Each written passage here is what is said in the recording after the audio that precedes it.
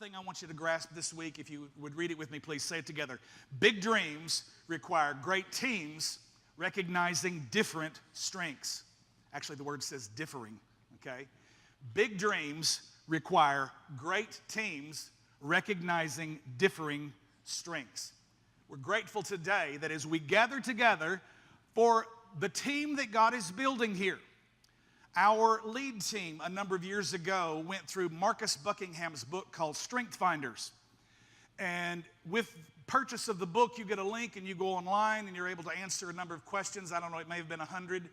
Nothing in terms of highly technical, but just basically answering things that you desire to do and preferences in terms of your makeup and kind of some natural giftings, some skills, abilities in that area. And after this, they're able to determine and rate your answers and let you know what your 5 top strengths are.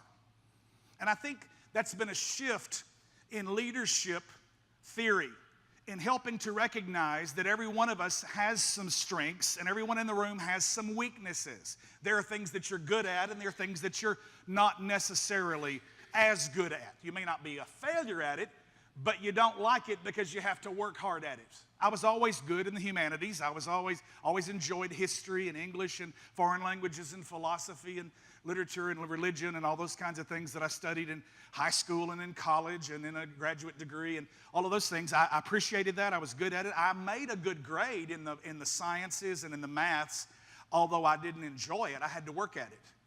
My wife was incredibly gifted in all of those areas, and so we really made an amazing team because she was probably one of the smartest women I've ever met in my whole life and just had this ability to communicate clearly and help students, having taught 25 years, and she helped our children.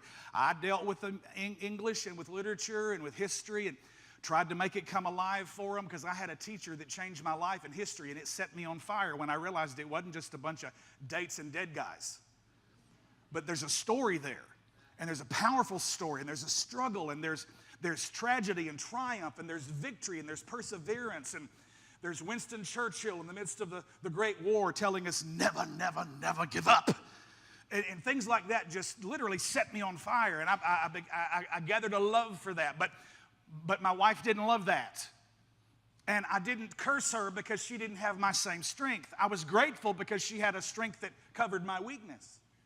And so she schooled the kids in math and science, and I helped them with the humanities, and all of these different things came together because we learned how to be a team.